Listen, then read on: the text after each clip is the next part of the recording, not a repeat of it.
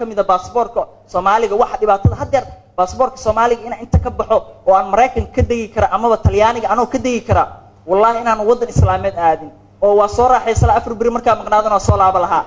laakiin dhibaatadana hayso waxay tahay war baasaboorka Soomaaliga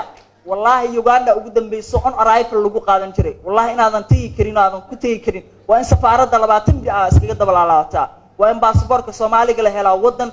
caadi aad ugu tagi karto war aan Mareykan hadii maanta oo baasaboorkayga shaqeynaa aan tago wallahi inaan Soomaaliya Mareykan wax uga baahneen Obama inaan la soo kulmaa soo laabala inta ku imaalaha marka baasaboorka Soomaaliga madaxweyne hala tayeeyo tayaha loo yeelo on arrival ha lagu qaato fiisisa ugu dambeyntii Jaanis madaxweynaha Jaanis ka heystaa hal su'aal aydo madaxweyne waxaad ka hadashay arintii maalmeed markaad European Union-ga tagaysay arinta Talyaaniga madaxweyne waxaan rabaa waxaad tir dhalinyarada Soomaaliyeed Talyaaniga ku nool waa la soo celinaya midowga yar waxaan kala shaqeynaa soo celino madaxweyne hortaas aan ka xumaaday maxamed ahaan waxaan ugu xumaaday waxay tahay ninka inuu bad maray intaas dhibaato mar hooyadiis magafa ee ka dhiibta lacag oo yaanyadii laga deensada meel walba la isku talwacday inaad tiraahdo waa la soo celinaa horta taas ani aadaan ugu xumaaday waxa la rabay inaad Talyaaniga ama Sweden ama Norway inaad tiraahdo wariya sharciga igu boobsiyo carruurtaan xaliisii oo luuqa kula hadasho sidaas la rabay madaxweyne midaasna waxaan leeyahay bal hadii micnaha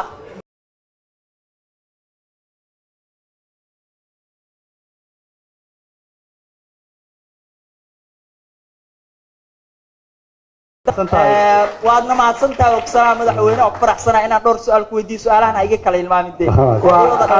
ana ku xasuusi doona maxamed aad u mahadsantahay dabcan mahadsantahay aad iyo aad waxaan rabaa aad u mahadsantahay bashbash lama waxaan rabaa horta dalkan annaga maalintii aan taladiisa nimid ee dawladda maanta joogta xukuumadda maanta joogtahay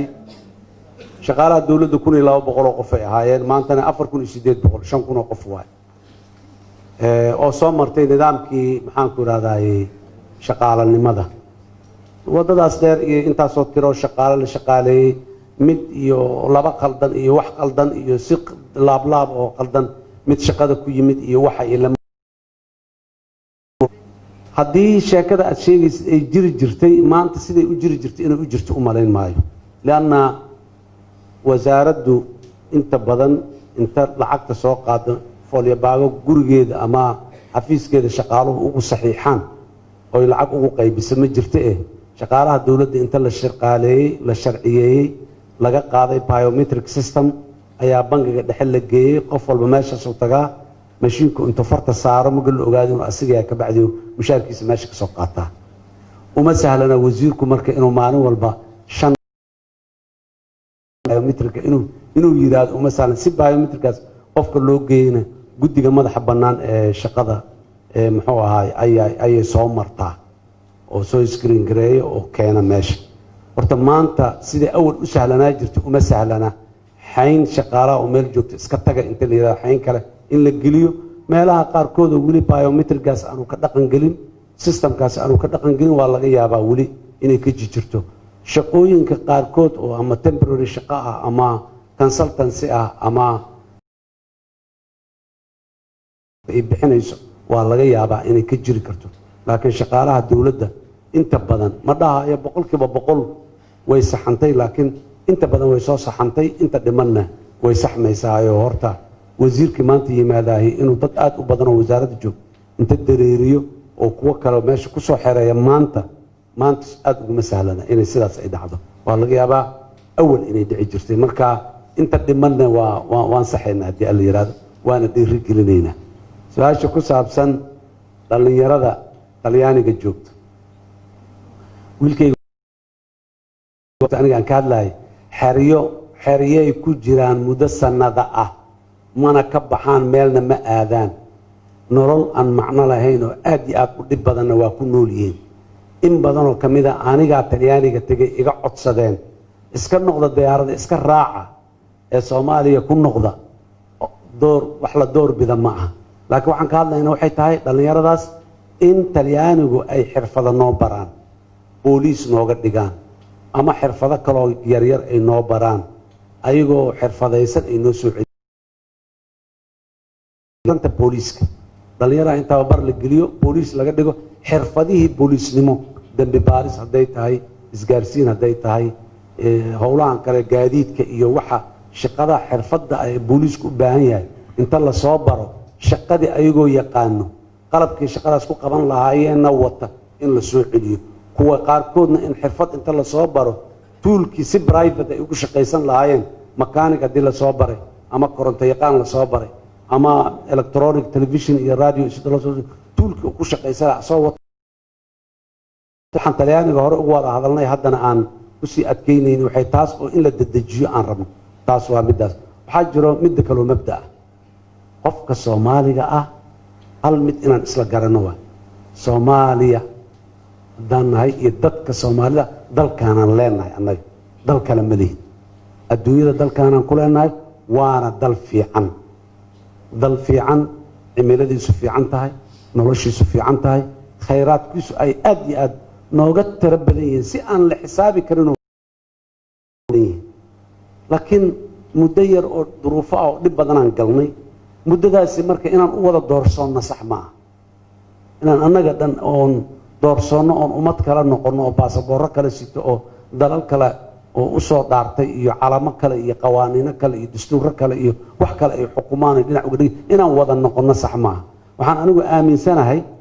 dalkani maalin dhow aan dheerayn in la gaarayo kuwa baasaboorrada qab xataa iska celiyaan baasaboorrada idhaan bas waa aniga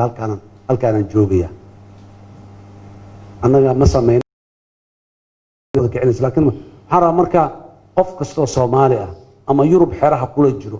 ama muxuu ahay dhadhaab iyo kaakumaha ku jire dalkan inuu kusoo noqdaan rabnaa dalkan deganaanshihiisa iyo nabadiisa iyo waxaa ka mid a dadkiisu inay kusoo noqdaana ka mid a labada arrimood in la iswaafajiyo u baahan dalkeenna dadka dibadda ka aaday ama xariiqa xoogta ha ku jiraan ama inta degeen nolol kale ha abuureene laba isbarbartaal ma waxay sugayaan dibadda ku sugayaan dalkaano inta wax kasta ay hagaagaan kabacdi ayagoo boorsadooda wata ay la soo degaan mase dalkaani ma degaayo ayagaasuu sugayaa markay soo noqdaanay yimaadeen ay dejiyaan ayuu dalka degayaa dadka dibadda nooga maqan ama xere qaxoodka ku jiraano ama jaamacadda Stanford muxuu professor ka ahaadee dalkan degitaankiisa iyo dejintiisa qaybay ku leeyihiin waana u taala waa howl sugaysa marka waa in la soo noqdaa see loo soo noqonaa qaabkee lagu soo noqonaa goormaa la soo noqonaa waxaas laakiin qof kastoo muwaadin oo dalkan u dhashay waa inuu dalkan u soo noqdaa Soomaalida waxay ku maamaadaan shimbirkii duula irsaqiisa dhulka shimbirtu maanta dhan haddii duulaysa inay wax cuntaa deerto waa inay soo degto Soomaa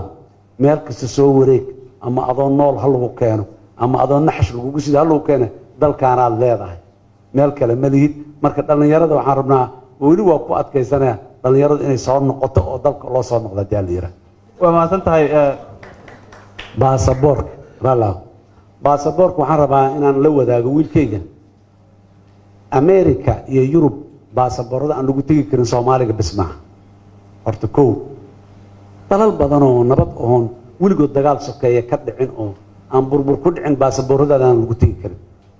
baasaboorkeena problem uu qabaa مثال سوق هذه يوغندا arrival aan lagu sii jiray visa Malaysia mugaan ka degnay Kuala Lumpur arrival aan lagu sii jiray visa ana ka degay oo tagay hadda ka hor long time maanta ma aha visa ana laga rabaa waa maxay hal iska qaban Soomaali socda dhalinyaro ah hatta kii shabaabka ay miya masakii kale inuu qofka dalkaas kale oo ka cabsado Uganda waad ogtahay 70 qofooda hal cawo ka dhimatay ayagoo sports fiirsan oo faraxsan oo qoslaya ayaa hal mar bug la siiyay dhintay inay muwaadiniintooda ka fikiraan xaqay u leeyihiin sababtaas aan ugu soo celisay nalama necba wax kaloon bi'ina male ka dal aan nololna macna nimankan maxaan ku rahaa masiibada ah inay jirin oo miday dilaan iyo miday fursadaha adduunka ka soo xiraan ka dhigayo meesha ay naga jirto dadaalku naga jiro waa halkaas baasaboorka hal la wareejiyo oo hal aqoonsi loo raadiyo maahane inta shabaab nagu xiriir baasaboorkeeda su'aal weyn ku taagnaanay shabaab aan wada jeesano midaan soo tuugno iyo midaan soo maslaxay midaan qoorta ka soo qabanno aan ka dhigno aan shabaab baabi'ino meeshaas waa meesha oo iyo fikirka takfiiriga ah oo xaq jirka ah aan baabi'ino aan ka tanaasulno ummad nadiif ah oo dalkeeda ku xurmo leh oo ku karaamaysan aan noqon